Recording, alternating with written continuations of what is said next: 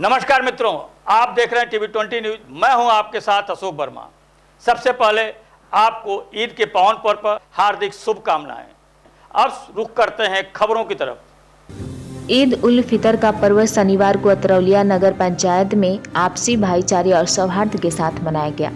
सुबह से ही क्षेत्र की जामा मस्जिद और इत्तेहाद मिल्लत में लोगों की भीड़ उमड़ पड़ी, जहां अमन, चैन और खुशहाली के लिए विशेष दुआ मांगी गई। जामा मस्जिद में सुबह 8:15 से ही इत्तेहाद मिल्लत में 8:30 बजे ईद की नमाज अदा की गई। इस मौके पर समाजवादी पार्टी के वरिष्ठ नेता और पूर्व मंत्री बलराम यादव और ब्लॉक प्रमुख चंद्रशेखर यादव ने मस्जिद पहुंचकर मुस्लिम समुदाय के लोगों को गले मिलकर ईद की मुबारकबाद दी और खुशियां साझा की। नमाज के बाद पत्रकारों से बातचीत में पूर्व मंत्री बलराम यादव ने कहा कि ईद का त्यौहार केवल एक समुदाय का नहीं बल्कि पूरे देश का पर्व है। उन्होंने कहा कि हिंदू और मुस्लिम के बीच कोई भेद नहीं है। धर्म और पूजा पद्धति अलग अलग हो सकती है, लेकिन देश की खुशियां और तरक्की के लिए हम सभी एकजुट हैं। उन्होंने देश और दुनिया में शांति, सौहार्द और विकास की कामना की। इस दौरान उन्होंने महंगाई, गैस सिलेंडर की किल्लत और ईंधन की बढ़ती कीमतों को लेकर केंद्र सरकार की नीतियों पर भी सवाल उठाए और चिंता जाहिर की। वहीं ब्लॉक प्रमुख चंद्रशेखर यादव ने कहा कि अतरौलिया में गंगा जमुनी तहजीब की परंपरा आज भी जीवित है। उन्होंने कहा कि जिस तरह हाल ही में मुस्लिम समुदाय ने हिंदू भाइयों के साथ मिलकर होली का त्यौहार मनाया, उसी तरह आज हिंदू समाज के लोग भी ईद की खुशियां में शामिल होकर सेवैयां साझा कर रहे हैं।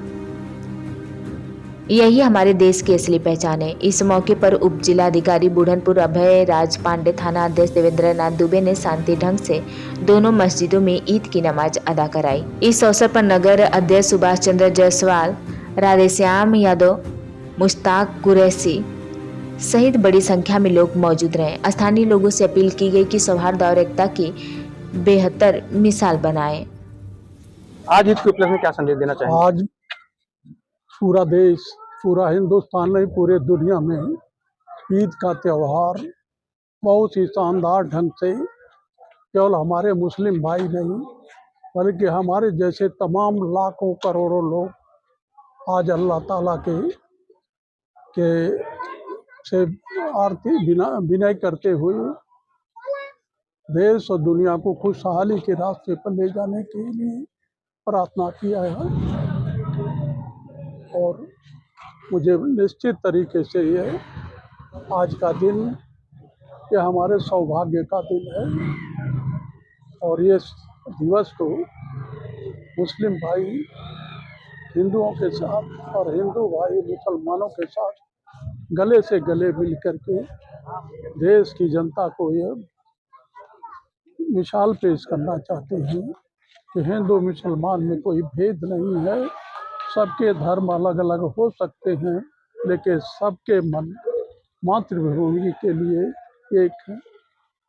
क्या कहना चाहेंगे? गैस की किल्लतें बढ़ रही हैं, गैस की किल्लतें ये सरकार की विफलता है। हमारे देश के प्रधानमंत्री जी इस मामले में विफल रहे और चुप्पी साधने से इतनी बड़ी समस्या आज ईरान और इराक के बीच में है। इतने बड़े बड़े महापुरुषों की हत्याएं हो रही है, लेकिन ये ट्रंप का खेल, अमेरिका का खेल है। लेकिन अमेरिका का ट्रंप भी मानवता के खिलाफ फेल हो चुका है। ईद की ये क्या कहना चाहेंगे, क्या संदेश देना चाहेंगे? ईद उल फितर के इस पावन अवसर पर हम पूरे देश, पूरी दुनिया में जो ये भाईचारे का प्रबलतम त्यौहार है, हम अपनी तरफ से एवं समाजवादी पार्टी की तरफ से बहुत बहुत बधाई देते हैं।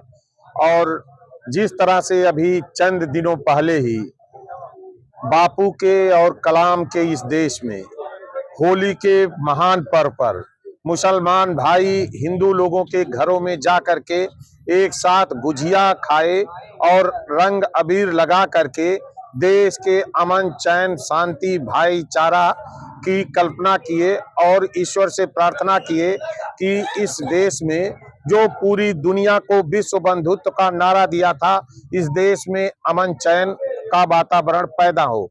उसी तरह से मुस्लिम भाइयों ने अभी जब आप देख रहे थे ईदी नमाज हो रही थी तो अपने मस्जिद से उनकी अजानें आ रही थी कि या अल्लाह हमारे हिंदुस्तान को अमन चैन का रास्ता फरमाओ, और पूरी दुनिया में हिंदुस्तान की जो पहचान रही है भाईचारे का, अल्लाह ताला उसमें उस पहचान पे किसी की बुरी नजर न लगने पाए। इसलिए इस त्योहार पर जो भाईचारे का संदेश देने वाला ये त्योहार है, उस पे हम पूरे हिंदुस्तान के मुस्लिम भाइयों को और ईद की बधाई देते हैं, और ये अल्लाह ताला ईश्वर से प्रार्थना करते हैं कि जिस तरह से भारतीय संस्कृति गंगा जमुनी की मिली-जुली तहजीब रही है, उसी तरह से हिंदू मुस्लिम सिख ईसाई आपस में सब भाई भाई का संदेश बढ़े, यही हमारी प्रार्थना है। जिस तरीके से गैस की किल्लतें हो रही है, पेट्रोल डीजल के भी दाम बढ़ गए हैं, क्या कहना चाहेंगे? अपने क्षेत्र में कई लोगों व्यापारी लोगों को गैस नहीं मिल पा रहा है, क्या कहना चाहेंगे? अब आप आशीष जी पत्रकार हैं, बताओ मीडिया में और टीवी में जब ये चल रहा था कि हिंदुस्तान विश्व गुरु हो गया है, क्या ये कल्पना थी कि विश्व गुरु की हालत ये हो जाएगी कि हम 14 दिन दूसरे देश की हो रही युद्ध को भी 14 दिन तक हमारे पास खाद्यान्न नहीं हो पा रहा है, चाहे वो ईंधन का खाद्यान्न हो, चाहे वो गैस का खाद्य हो, कोई भी सामग्री हमारे पास एकाध 30 दिन की भी नहीं हो रही है। और सरकार अपनी नाकामी को छिपाने के लिए 25 दिन गैस की 30 दिन की, 45 दिन की, ये कहीं ना कहीं जो हमारे मित्र राष्ट्र थे वो भी आज हमारे साथ नहीं खड़े हैं। इसका मात्र एक कारण है कि हमारा पड़ोसियों से रिश्ता सही नहीं है। हमारा रिश्ता सही है तो केवल आपके टीवी पर, आपके चैनल पर, आपके प्रिंट मीडिया पर, हाँ ये आपके जो यूट्यूब चैनल वाले हो, ये थोड़ा अच्छा कुछ देश हित में काम कर रहे हो, इसके लिए आपको बधाई।